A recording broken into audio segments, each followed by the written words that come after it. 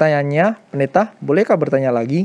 Jika di surga tidak ada dosa dan pelanggaran, mengapa Lucifer bisa jatuh dalam dosa ketika berada di surga, sehingga mengakibatkan peperangan di surga menurut Wahyu 12 ayat yang ke-7?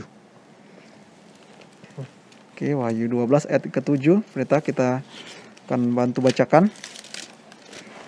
Wahyu 12 ayat yang ke-7. Maka timbullah peperangan di surga. Mikael dan malaikat-malaikatnya berperang melawan naga itu, dan naga itu dibantu oleh malaikat-malaikatnya. Silakan Pak Pendeta. Terima kasih untuk pertanyaannya. Saya lihat ada 2 pertanyaan di situ ya. Iya, Pak Pendeta. Pertanyaan yang pertama adalah, bolehkah bertanya lagi?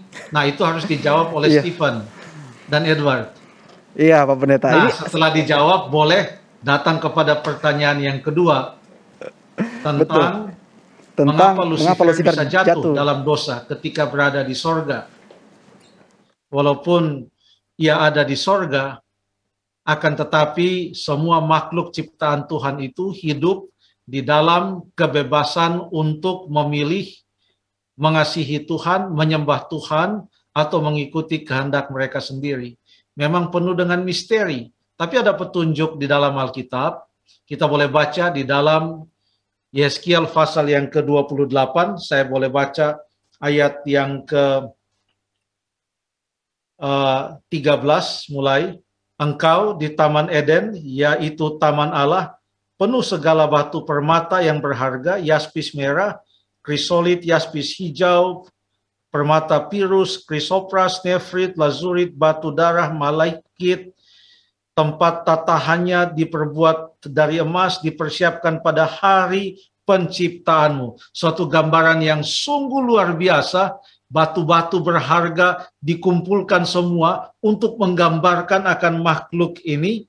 Kuberikan tempatmu dekat kerub yang berjaga. Dia adalah seorang malaikat ternyata.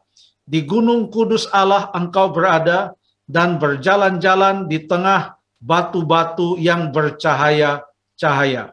Coba kita lihat ayat yang ke-15. Engkau tidak bercela di dalam tingkah lakumu sejak hari penciptaanmu.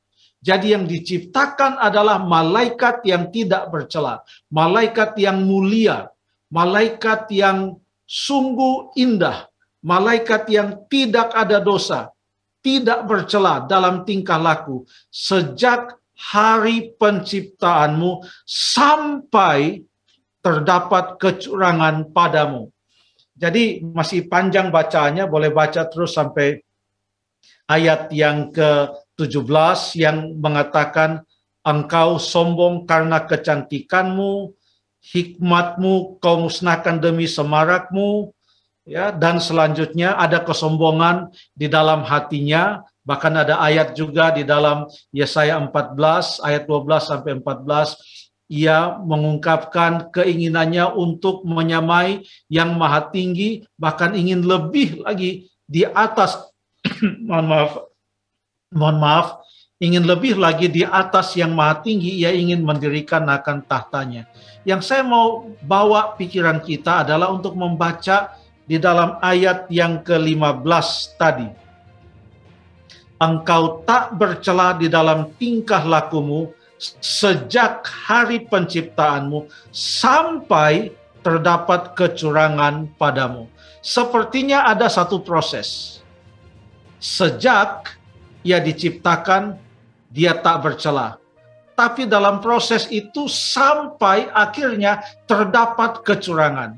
Berapa lama proses itu? Dan nampaknya yang dimaksudkan dengan kecurangan ini adalah kesombongannya karena kecantikannya yang digambarkan dalam ayat yang ke-13. Ya. Ia digambarkan sebagai malaikat yang sungguh luar biasa, tapi ia sombong. Bagaimana kesombongan itu muncul?